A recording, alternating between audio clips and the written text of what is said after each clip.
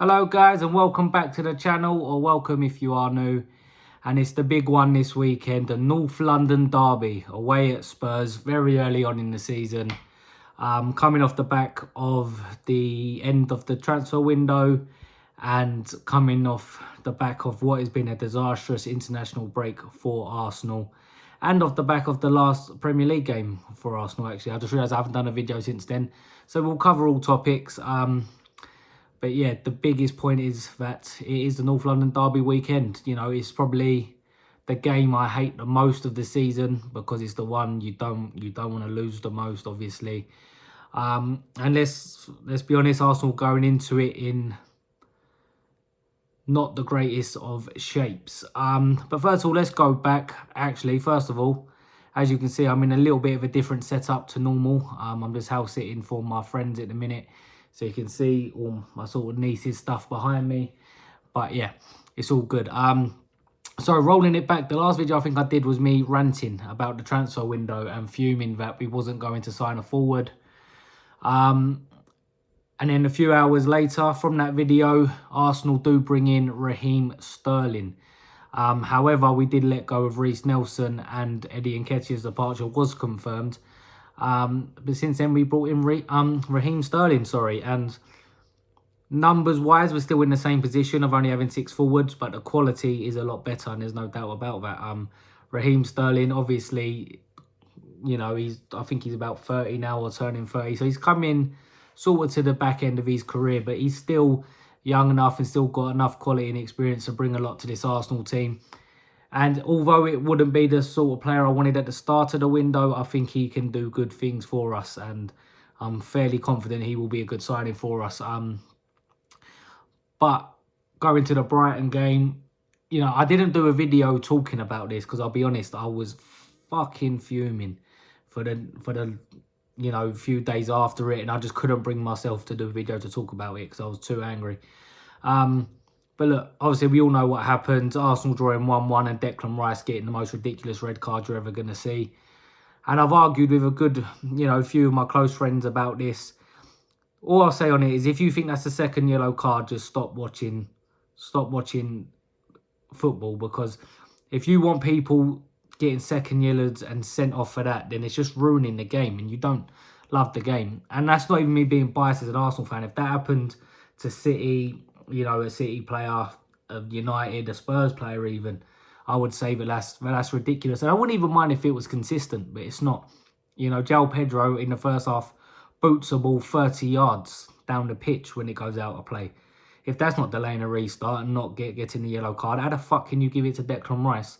When the ball's rolling, it's getting kicked from a position the free kick isn't anyway, and the guy just boots him, and you give Declan Rice a second yellow for it for barely touching the ball.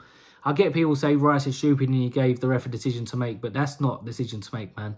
You got to have a bit of common sense. You either send them both off if you really want to do that, or you just leave it. No one would have cried. No Brighton player would have cared if he didn't get sent off for that. And it would never have been a talking point. You know, it never would have been after the game the pundit saying, "Oh, could Rice have been sent off?" No one would have cared. It was absolutely ridiculous. At that time, Arsenal were 1-0 up and in control. Brighton, obviously, then end up getting right on top of the game, scored the equaliser. And the worst thing is we had chances to win it. Kai Havertz does a bit of brilliant play, could have scored. Saka could have scored, but, you know, we should have won it beforehand regardless. But now we're missing Declan Rice for one of the biggest games of the season away at Tottenham. And the international break has just caused more headache for Arsenal. As I'm sure everyone knows, Martin Odegaard, our skipper, arguably our best player, someone I've been a bit frustrated with the first few games of the season, but we all know how good he is, has got injured for Norway, and Arteta's done his press conference, not really commenting on it too much from what I've seen, but it's obvious he's not going to play. Martin Odegaard is not taking any, will not be playing any part of this North London derby, probably won't be playing against City next week either, and will probably be without our captain for the next, I reckon, month at least. And it is, look, it's a massive blow. And like I said, I've been frustrated with Odegaard this season. I just want more from him. And it's only been 3 games, I know. But just for the quality of the player, I just expect more from Martin Odegaard. But to not have him for these games is a big blow. And like I said in my transfer video, I had no problem with the players we sold. I didn't have a problem with Smith Rowe going, Nketiah, Nelson on loan, Vieira on loan. If you had said to me start the summer, those 4 players will be leaving, I would have been more than happy.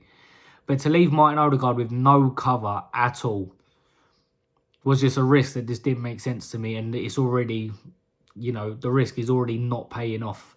The only sort of natural replacement you got for him is a 17-year-old in Ethan Nwaneri. And that's just unfair to be talking about throwing a 17-year-old into a game of this importance, away at Tottenham. If it was like a Southampton at home, Southampton away, or a Leicester or an Ipswich, or even someone like an Everton, maybe a Palace, I'd understand it.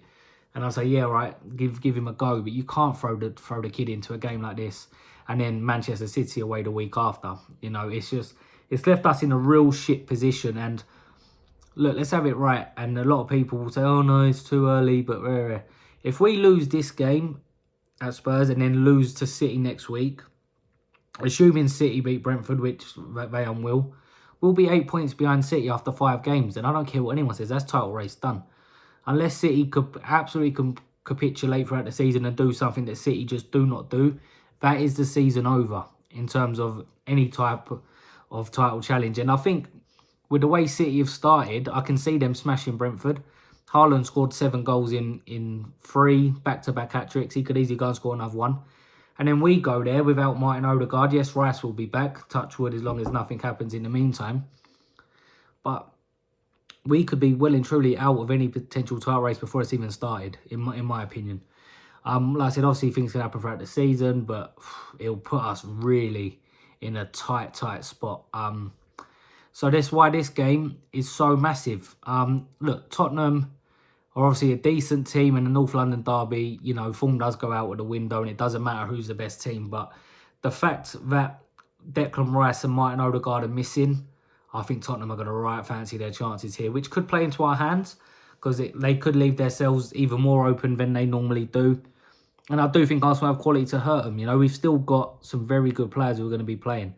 Kai Havertz, Bukayo Saka, Trossard, Martinelli, Sterling, one of those 3 will play, if not 2 of them.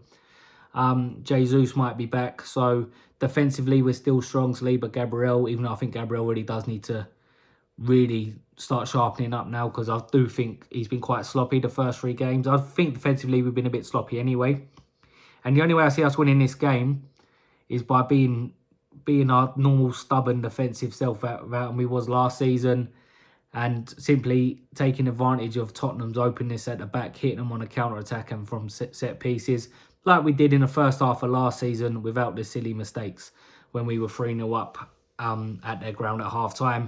But David Raya made a silly mistake to let them back in the game at 3-1, and then it causes panic. They get a penalty 3-2, but we managed to see it out. But I think this time around, without Rice and Odegaard, it's going to obviously be a lot tougher. But I do think this game Arsenal can win. Do I think we will? I'm not majorly confident, to be honest with you. And like I said, it's not because I think Spurs are a fantastic side. It's just because North London derby, our 2 best midfielders out. And what's he going to do, Arteta? And that's the big question. This is the big pressure moment for Arteta. I signed his new contract this week, extending his contract to become Arsenal manager, to stay, should I say, as Arsenal manager for the next 3 years. And look, that's all well and good. He's done a fantastic job. Love him. But it's time to start winning now. And if we're not going to win the league this season, which I think is going to be unlikely, because I think City just look way too good, and I've got a bad feeling for the next 2 games. We win the next 2, or even like winning a draw, then I'll change my mind on it completely. But I'm very, very concerned about the next 2 fixtures. So we'll see how they go. But it's time for Arteta to start winning stuff. And if we don't win the league, I need to see some good cup runs. And, let's give it a go in the Champions League. But before all of that, this game, obviously the one he needs to focus on the most, what will he do with the midfield? Because our midfield is looking very unbalanced and threadbare, really. The only sort of starter who's been playing consistently started this season and back in the last season is Thomas Partey. So he will start. But then what does he do around him? Does he go double pivot with Jorginho and play Havertz in the 10, or does he bring in an Ethan Nwaneri for his first Premier League start, which I think would be mental? But maybe it's time to see if the kid sinks or swims. I don't know, but it'll be very, very interesting. I'll go into my predicted 11, which, if I get this right, I'll be fucking impressed. But Raya in goal. I think it'll be the usual back four: Ben White, Saliba, Gabriel, and probably Timber. Interesting to see how Calafiori comes through. Obviously, he picks up a knock in international break as well. On the first game for Italy against France, and then flew home. Did look very, very good in that game. Will he be ready to be on the bench at least? If he was fit, and there was no injury scare, I'd actually think he might start this game. Because Arteta tends to do that. It brings players in, gives them the first 3 games to settle in.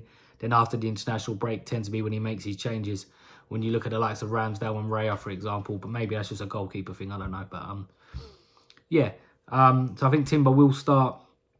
Midfield. Surely Jorginho's got to come in, right? So I'd say Partey, Jorginho, and I think Havertz will step back and play as a 10. And then up front, I think you're looking at Saka. Probably Trossard in the false 9 because he can interchange and switch with Havertz. Or Jesus if he's fit. If Jesus is fit and he's been training well the past couple of weeks, I'd be very tempted to play him. But if not, I'll go with Trossard for now. And on the left wing, if it's me, I'll be honest, I'm starting Sterling. And I know that sounds mental when some people have got quite annoyed about it, saying, what's he done to justify starting? But Martinelli and Trossard, when they've started games this season, have been shit. And when they start games this season, in general, whoever starts left wing tends to be shit. I don't get it. Trossard come on against Villa, was fantastic, changed the game, scored a goal, half created the other goal, was brilliant. Starts against Brighton, shit. Martinelli, been shit when he started this season, not been great for a while. And I think you do need some pace. So I'd give Sterling the nod, to be honest, and I'd a little bit of an unknown quantity for Tottenham. Not that Sterling's an unknown player, but in this Arsenal sort of system, let him go. Why not? So and I've got a feeling he will. So I'm gonna say Sterling. All right. In terms of a prediction, I don't know if to go with my head or heart. My head says we probably lose. To be honest with you, I just think without Odegaard and Rice. I think it's people are underestimating how big of a loss that is, even in, a lot of people still saying we still got enough to beat Spurs, and I agree. The team I just named is still a decent team, and it goes to show how far we've come in terms of quality of squad depth. But I just think it's a tough game, man. But my heart says Arsenal might just go and nick it 1-0. I'm gonna go 1-0 Arsenal, but that's just my heart talking. Head, I'd say maybe 2-0 Spurs, but I'm going to say 1-0 Arsenal. Really big game for the boys. The likes of Havertz, Saka, etc. When Odegaard and Rice aren't there, like I said, 2 massive players. And we haven't played without 2 of our first choice midfield in the league since probably like the 21-22 season. When you think about it, when we first started challenging, there was always 2 of Partey, Xhaka or Odegaard. There was always at least 2 of them playing.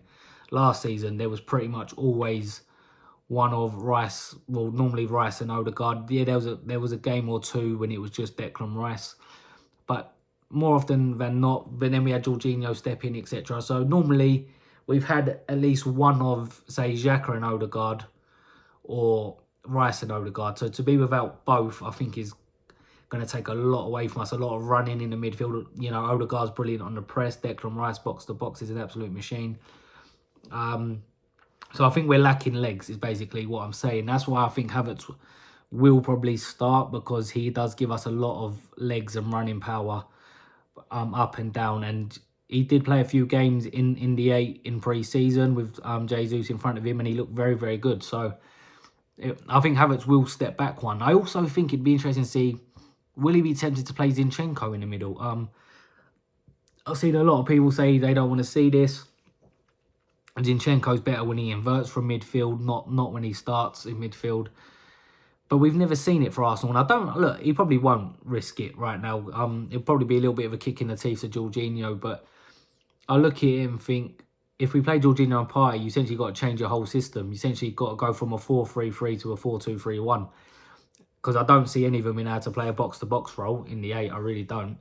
I mean, maybe Arteta surprise us, maybe one of them will. But I also, me personally, I'd be half tempted for a Partey, Zinchenko, Havertz, because I think what Zinchenko can do is give us a great quality with a final pass in that sort of area, and in that sort of area where, you know, you've got Romero and Porro as Tottenham's right back and right centre back. Porro drifts off inside, goes wide, pops up in the number 10. I think you've got Sterling or Martinelli out there. That could be an area where if you get someone like a Zinchenko on that side, you know, playing them passes that he can play, that cuts teams open, I think it could be a way that Arsenal could really exploit Tottenham and, you know, have some joy from the game. But, you know, I don't think he will, but at the same time, it wouldn't surprise me if Arteta opts to go with Zinchenko. But look, it's going to be tactically really interesting to see what he does. And look, let's hope he gets it right, because like I said, 2 losses in the next 2 games, and that is league done, in my opinion. So let's see. Let me know in the comments, guys. What's your thoughts? What would you do in you know, the whole midfield crisis? You know, it's essentially our first choice midfield out, isn't it? Because you would assume Moreno will be part of the Arsenal's first choice midfield. I know we've not seen him start yet, but he's out, fractured shoulder. He's going to be out till probably October, November. Odegaard, I think, won't be back until late October, early November. Obviously, Rice will be back for the next game, but he's out. So that's 3 massive players. And, you know, it might be one where Arteta just looks to skip the whole midfield and play long to Havertz. Who knows? But, yeah, we'll see. But, yeah, let me know in the comments what you guys think. What would you do with the midfield, predictions, etc. And do you think if we lose the next 2 games, it's title done? Or am I being too harsh? But even 5 games in, 8 points behind Manchester City, and this Manchester City team look fucking good. They look better than they did last season, in my opinion. And I know it's only early, but I just mean their squad, etc. I think it's better with Gundogan and Savinho coming in. So, yeah, what do you guys think? Let me know, and yeah, we'll do a reaction video some point next week.